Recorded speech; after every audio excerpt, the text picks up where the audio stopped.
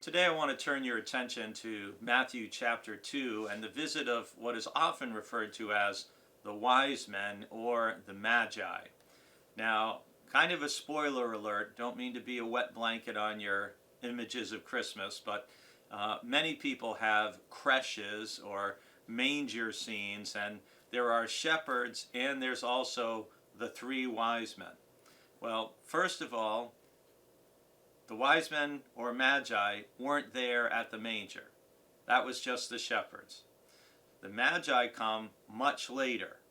And by then the word that's used for Jesus is not baby or infant.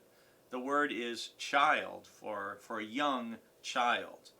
And listen to Matthew chapter 2, the first two verses.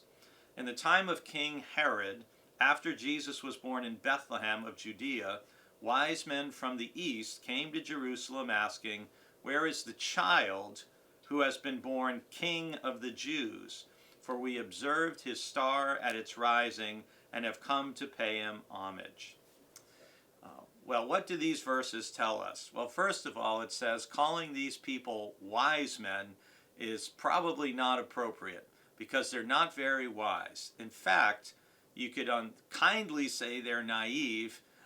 You could also say they're foolish or stupid, because who goes to a Middle Eastern monarch and walks in like Larry, Moe, and Curly saying, "Hey, where's the child who's been born who's going to be the king of the Jews?"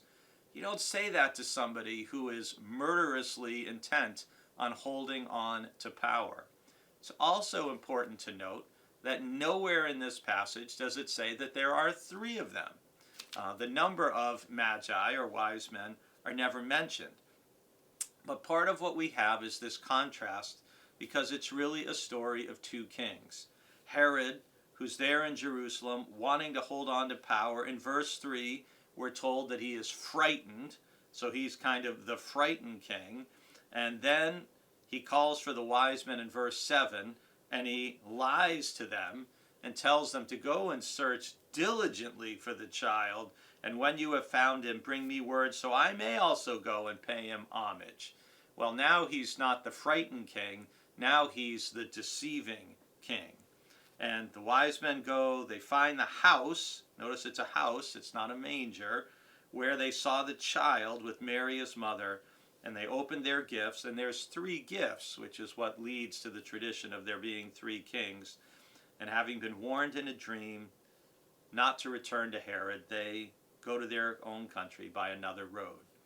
So Herod in this passage, he's upset, he's frightened, he's deceiving, and then he's deceived.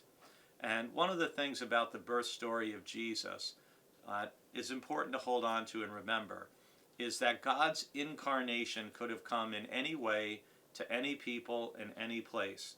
Jesus could have been born to a powerful couple, to a king and a queen, to the top religious people in the country. That's not what happened. God's incarnation is among the lowly and in challenging circumstances. But that birth is recognized in the visit of the Magi as having universal consequences.